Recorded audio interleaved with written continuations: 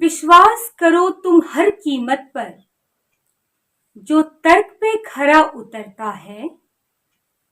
विश्वास करो तुम हर कीमत पर, जो तर्क पे खरा उतरता है।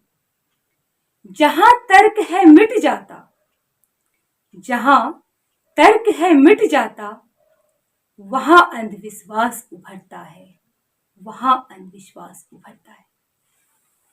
मैं डॉक्टर मोनालिसा, फाउंडर और president of the Rao foundation, एक बार फिर से आप सभी लोगों का अपने इस चैनल पर वेलकम करती हूँ।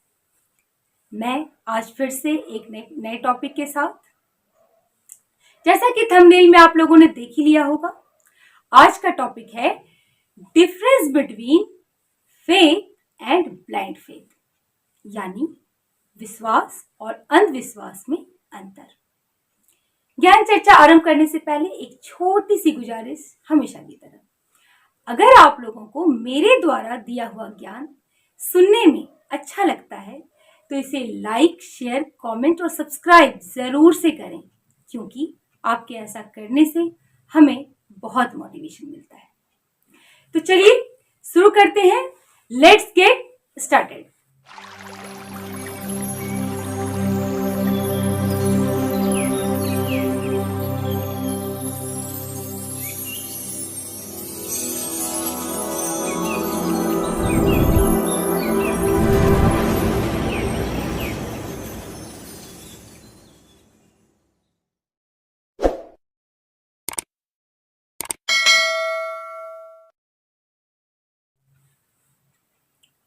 जैसा कि टॉपिक है difference between faith and blind faith, इसको समझने के लिए आज एक ब्यूटीफुल सी कहानी आप लोगों को मैं सुनाती हूँ। दो दोस्त हुआ करते थे, राम और मोहन। राम जो विश्वास को मानता था और जो मोहन जो पूरी तरह से अंधविश्वासी था। दोनों की जिंदगी बहुत अच्छी चल रही थी, लेकिन एक दिन समय ऐसा आता है कि राम के जीवन में एकदम से तूफान आ जाता है। दरअसल क्या होता है कि गांव में आग लग जाती है, और गांव में आग लगने से जिस तरफ राम का घर होता है उधर आग ज्यादा लगी होती है, तो उसके कारण उसका घर पूरी तरह से जल जाता है। राम बहुत परेशान हो जाता है और वो रोते रोते मोहन के पास जाता है और वो कहता है कि मेरा तो घर जल गया। तो मोहन उससे कहता है कि ये सब इसलिए हुआ क्योंकि तुम्हारे कर्म अच्छे नहीं हैं। तो अगर तुम पंडितों के द्वारा कुछ कर्मकांड और अनुष्ठान करवाओगे तो तुम्हारी ये समस्या दूर हो जाएगी। क्योंकि राम बहुत परेशान था, तो उसे लगा कि जो भी मोहन कह रहा है मैं कर लेता हूँ, और उसने मोहन की बात मानकर एक पुरोहित को बुलाकर अपने सारे जो भी कर्मकांड अनुष्ठान जो पंडित ने बताया उसको वो कर लेता है। समय बीतता है, राम की स्थिति बिल्कुल वैसी ही रहती है और कुछ भी नहीं बदलता। फिर राम को एहसास होता है कि जो मोहन ने उससे बात बोली वो सही नहीं था, और उसे ये समझ में आता है कि उसे दोबारा से मेहनत करनी चाहिए, और वो मेहनत करना शुरू कर देता है। अपने लिए एक अच्छी सी नौकरी ढूंढता है, और धीरे धीरे समय जैसे जैसे बीतता जाता है वो अपने लिए बहुत सारा धन अर्जित कर लेता है, और एक दिन एक बहुत सुंदर सा घर बना लेता है, जो कि पहले वाले घर से बहुत ज्यादा खूबसूरत होता है। तो इस कहानी से हमें क्या समझ में आता है कि जब राम ने विश्वास को पकड़ा हुआ था तो समस्या तो आई, लेकिन उस विश्वास के माध्यम से वो आत्मविश्वासी बना और उसने मेहनत करना सीखा।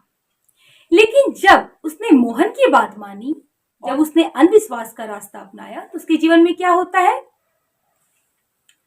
वो कमजोर हो जाता है और डरपोक हो जाता है। और ये सब करने के बाद, जो भी वो अनुष्ठान करने के बाद भी उसके जीवन में कोई भी परिवर्तन नहीं आता। तो ये बेसिक सा डिफरेंस है फेथ और ब्लाइंड फेथ। अब इस कहानी के माध्यम से आइए हम समझते हैं कि इसका बेसिक डिफरेंस और क्या है फेथ और ब्लाइंड फेथ में। देखिए, फेथ को हम बिलीव्स, ट्रस्ट के नाम से भी जानते हैं, और जो बिलीव्स या ट्रस्ट होता है ये हमेशा एविडेंसेस पे आधारित होता है और एक्सपीरियंसेस पे आधारित होता है। इसका जो स्ट्रक्चर होता है वो पूरी तरह से लॉजिक और रेशनैलिटी पर आधारित होती है, क्योंकि फेथ जो डेवलप होता है वो क्रिटिकल थिंकिंग से होता है, यानी क्वेश्चन करने से। लॉजिकल रीजनिंग जितना डेवलप होगा उतना ज्यादा स्ट्रॉन्ग फेथ डेवलप होता है। इसके अपोजिट जो ब्लाइंड फेथ होता है उसमें हम कोई किसी भी तरह का क्वेश्चनिंग नहीं करते हैं, वहां पे किसी भी तरह की क्रिटिकल थिंकिंग नहीं होती है और उसके कोई भी एविडेंसेस नहीं होते हैं, और अगर कोई एविडेंसेस हो भी गए तो वो टोटली कॉन्ट्राडिक्टरी होता है। ठीक है, अब आते हैं फेथ पे।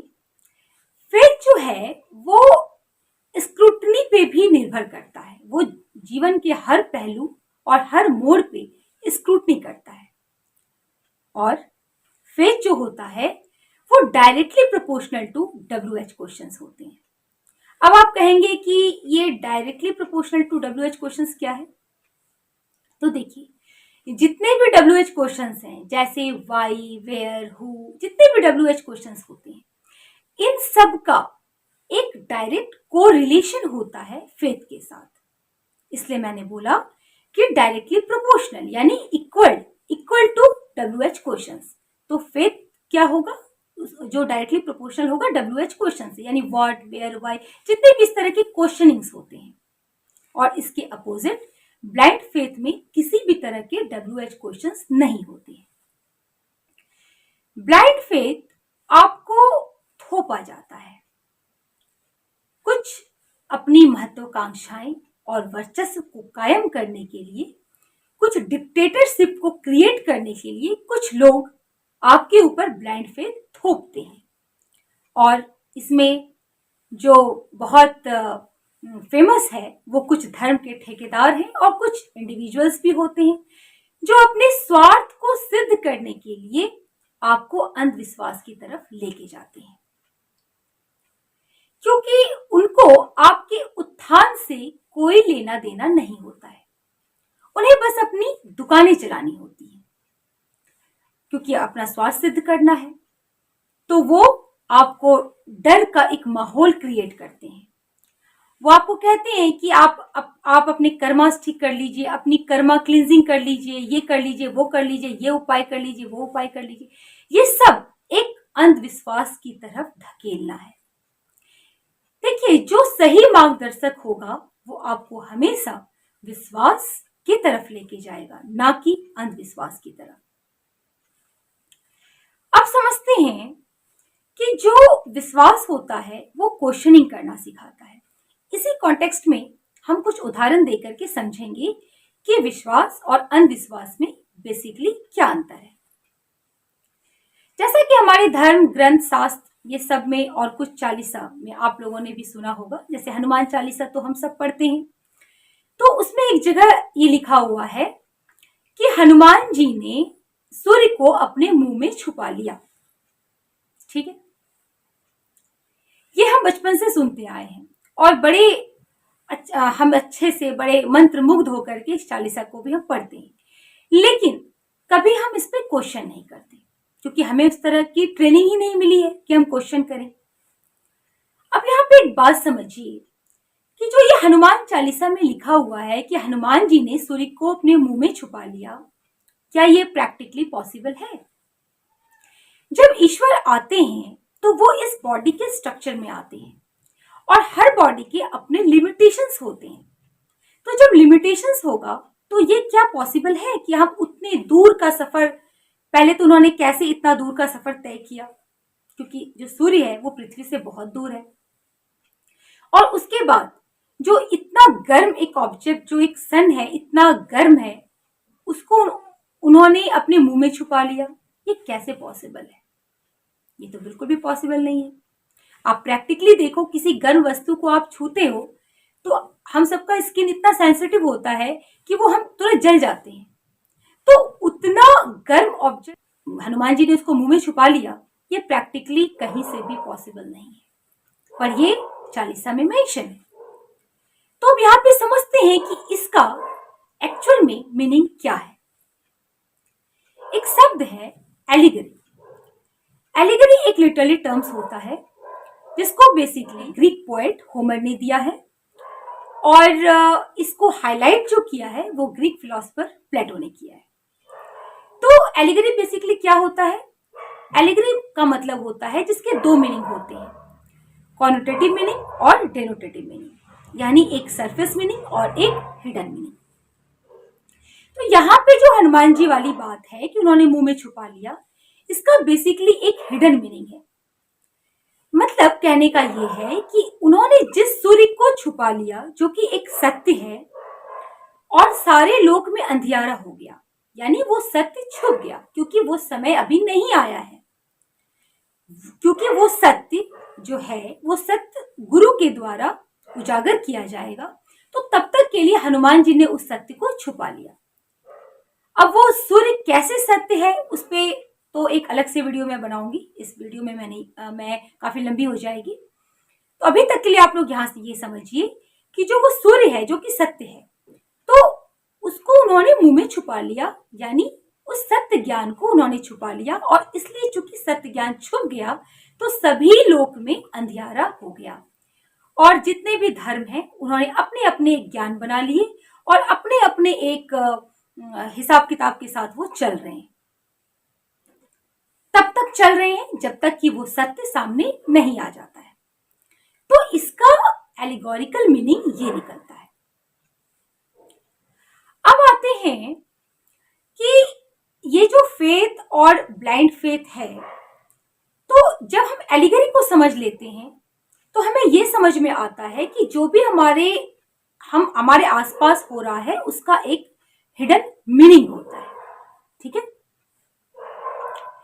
अब यहाँ पे कुछ क्वेश्चंस हम पुट अप करते हैं, और कुछ लोग करते भी हैं जिनका उनको जवाब नहीं मिल पाता।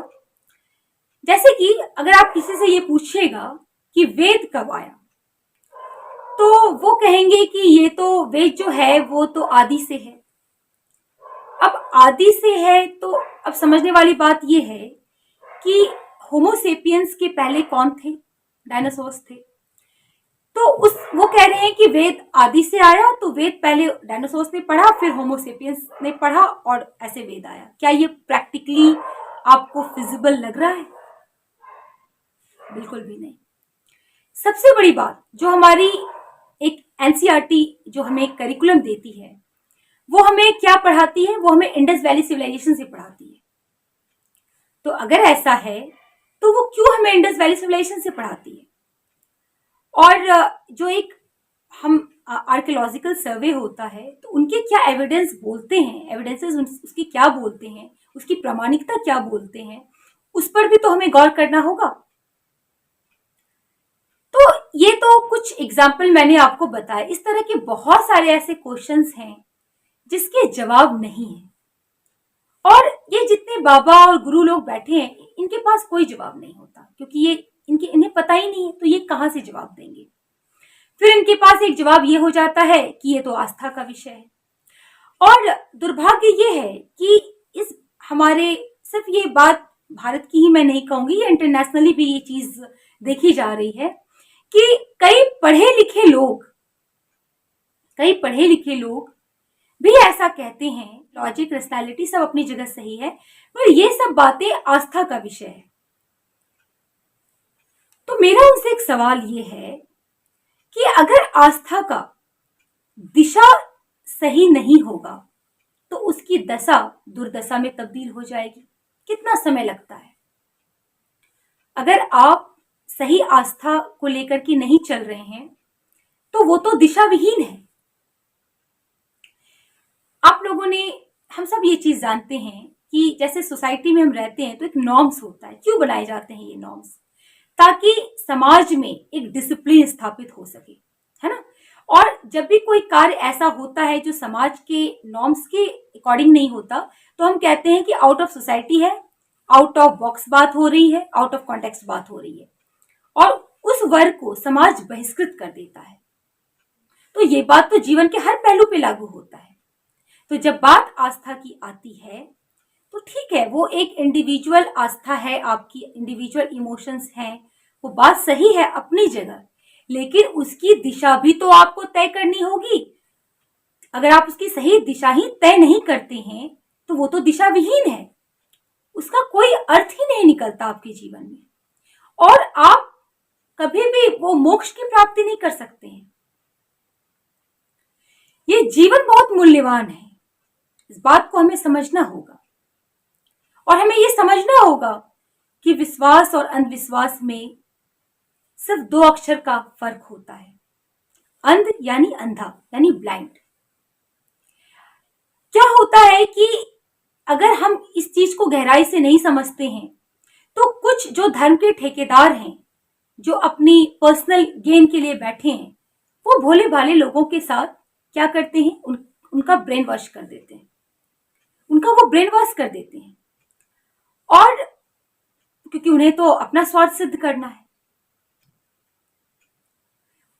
और दुर्भाग्यवश ऐसा भी रहा है कि जो हमारा शिक्षा का स्तर है, वो कुछ इस तरह का रहा है कि हमें क्वेश्चनिंग करना सिखाया ही नहीं गया, हमें लॉजिकल होना सिखाया ही नहीं गया है, और ये इंटेंशनली किया गया, क्योंकि अगर ऐसा वो नहीं करते तो फिर पीपल तो, जितने भी लोग हैं, वो तो क्वेश्चन करते, वो लॉजिकल माइंड के हो जाते, तो फिर उनको जो अपना दुकान चलाना है वो कैसे चलता। तो उन्होंने शिक्षा का स्तर इतना गिरा दिया कि हम क्वेश्चन करना सीख ही ना पाए, रैशनैलिटी को हम डेवलप ही नहीं कर पाए, और यही शिक्षा जो है उसका स्तर इसलिए इतना खराब होता गया है।